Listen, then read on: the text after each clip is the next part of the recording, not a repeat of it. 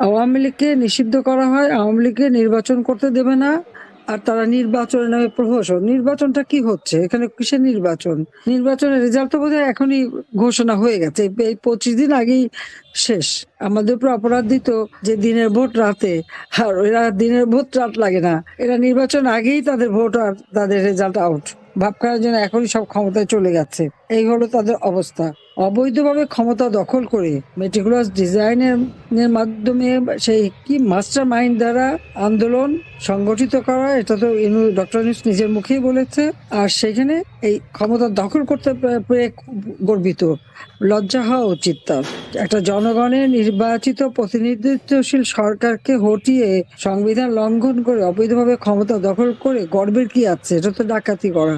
এতদিন ইল্লিগাল ছিল, এখন ইলেকশনের নামে একটা প্রহসন করে জনগণের ভোটটা চুরি করে সেটা দিয়ে দেখাবে এখন তারা খুব লিগাল হয়ে গেছে। কিন্তু সাধারণ মানুষ সেখানে কি পাবে? আজকে যদি ভোট দিতে চায়, সেখান থেকে ভোট দেওয়ার পরে যে তাদেরকে মব সন্ত্রাস করে মেরে ফেলা হবে না বা নির্যাতন করা হবে না, তার কোনো গ্যারান্টি আছে?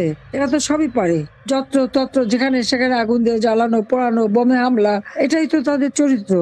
আওয়ামী লীগ মুক্তিযোদ্ধাদের নির্বিচারে হত্যা করা হচ্ছে, আহত করা হচ্ছে, ঘর বাড়ি, ব্যবসা প্রতিষ্ঠান, হাঁস মুরগি গরু মাছের খামার সবই লুটপাট, সবই ধ্বংস করে দিচ্ছে। প্রতি পদে পদে মানবাধিকার লঙ্ঘন করে যাচ্ছে। এই অবস্থা তো একটা দেশ চলতে পারে না। আমাদের অপরাধটা কি? দেশ স্বাধীন করা? তাই দেশকে অর্থনৈতিক ভাবে উন্নতি করেছি।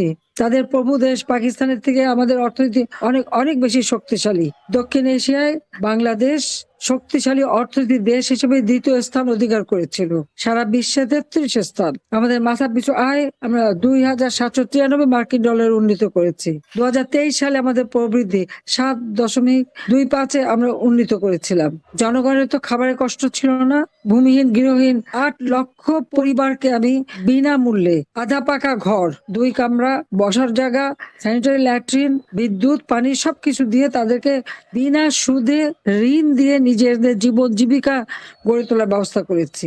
এখন প্রত্যেকটা গ্রামকে শহরে উন্নীত করা, গ্রামের পরিবারকে আমার বাড়ি আমার খামার, পল্লী সঞ্চয় ব্যাংক করা, তাদেরকে ঋণ দিয়ে তারা যেন নিজেরা নিজের পায়ে দাঁড়াতে পারে, উৎপাদন করতে পারে। এবং কেউ যদি 200 টাকা জমাতে পারে, তাকে সরকারের পক্ষ থেকে আরো 200 টাকা দিয়ে তার একটা মূলধন করে সে যেন আর কারোর উপর নির্ভরশীল না হয়, আত্মমর্যাদাশীল আত্মনির্ভরশীল হয় প্রতিটি পরিবার। সেভাবে আমরা দেশকে কাজ করে যাচ্ছিলাম। সার্বজনীন পেনশন আমরা সিস্টেম চালু করেছিলাম। এই সার্বজনীন পেনশনে একেবারে দিন মজুর থেকে শুরু করে উচ্চ বিত্তরা প্রত্যেকের জন্য 4টা ধাপে আমরা এই পেনশনের ব্যবস্থা করে দিয়েছিলাম, যেন কোনো মানুষ যেন আর ওই ভাতা বা কোনো কিছুর উপর নির্ভরশীল হতে না পারে, তাদের জীবন মান যেন উন্নত হয়। সারা বিশ্বে বাংলাদেশের উন্নয়নের রোল মডেল ছিল। আজকে এই বাংলাদেশটাকে সম্পূর্ণভাবে ধ্বংস করে দিয়েছে। এটাই হচ্ছে সব থেকে দুঃখের বিষয়, এটাই হচ্ছে সব থেকে কষ্টের বিষয়। আজকে মানে আমি আর কি বলবো, যে এইভাবে আমাদের দেশটাকে ধ্বংস করে দিল।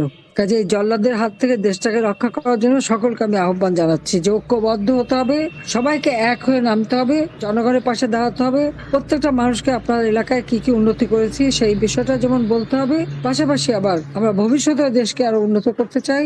এই অন্ধকার যুগ কেটে আলো ফিরে আসুক, সেটাই আমরা চাই। এটাই আমাদের লক্ষ্য। সবাইকে ধন্যবাদ। জয় বাংলা, জয় বঙ্গবন্ধু, বাংলাদেশ চিরজীবী হোক। খোদা হাফেজ।